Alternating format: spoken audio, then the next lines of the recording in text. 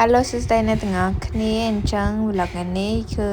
ថតតទៅជាមួយនឹងសកម្មភាពនៅក្នុងពលានយន្តហោះនិងទស្សនវិជ្ជាខ្លះៗនៅក្នុងពលានយន្តហោះហើយ trip របស់ពួកខ្ញុំគឺទៅកាន់ប្រទេសម៉ាឡេស៊ីនិងប្រទេសសិង្ហបុរីរយៈពេល3យប់4ថ្ងៃនៅថ្ងៃចូលឆ្នាំខ្មែរយើងហ្នឹងហើយឥឡូវមកដល់កន្លែងរូបសំណាករូបព្រះដោយសារតែពួកខ្ញុំទៅតាមធួអញ្ចឹងក្រុមខាងធួគាត់ឲ្យមកចាំនៅកន្លែងហ្នឹងតមកយើងរងចាំ check in ហើយក៏មកដល់កន្លែងរងចាំដើម្បីឡើងយន្តហោះហើយនៅពេលដែលរងចាំហ្នឹងគឺខ្ញុំបានដើរមើលកន្លែង shopping ខ្លះៗនៅក្នុងពលានយន្តហោះឃើញមានកន្លែងលក់វត្ថុអនុស្សាវរីយ៍ច្រើនដែរបើតាមមើលតម្លៃនៅពលានយន្តហោះគឺ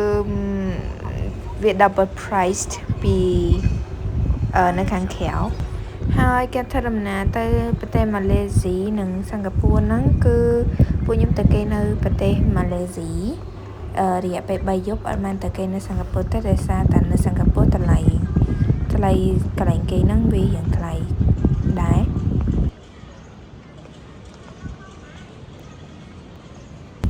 ចឹងបន្ទាប់ពីរងចាំហើយគឺយើងដើរតាមច្រកនេះទៅត្រង់រហូតដើម្បីឡើងទៅកាន់យន្តហោះចឹងបើសិនជាអ្នកទាំងអស់គ្នាមានបំណងចង់ទៅលេងប្រទេសម៉ាឡេស៊ីឬមួយក៏សិង្ហបុរីអីrecommend ឲ្យទៅជាមួយធួម្ដងសិនចាំយើងទៅជាលក្ខណៈបើទៅដោយខ្លួនឯងអញ្ចឹងយើងអាចដឹងថាវិធីសាស្ត្រម៉េចក្នុងការវាយ passport អីនៅប្រទេសម៉ាឡេស៊ី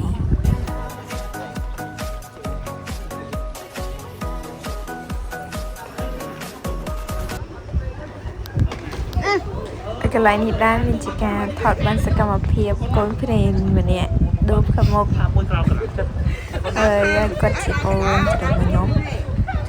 បើសិនជាអ្នកទាំងអស់គ្នាចាប់អារម្មណ៍ចង់ទៅលេងប្រទេសម៉ាឡេស៊ីសិង្ហបុរី3យប់4ថ្ងៃទៅតាមធួអ្នកទាំងអស់គ្នាទៅតាមធួដែលខ្ញុំបានមានតម្លៃសមរម្យទេហើយម្ហូបអីអាចមានបានទាំងអស់កន្លែងគេអីអាចទទួលយកបានដែរ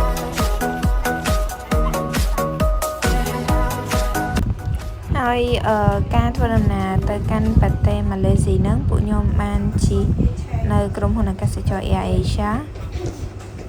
ហើយកន្លែងនេះគឺដល់ផ្លូវយើងឡើងទៅកាន់យន្តហោះហើយ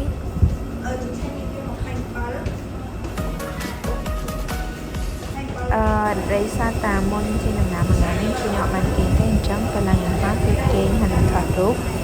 ហើយអញ្ចឹងរងចាំមើល vlog ទៅកាន់ប្រទេសម៉ាឡេស៊ី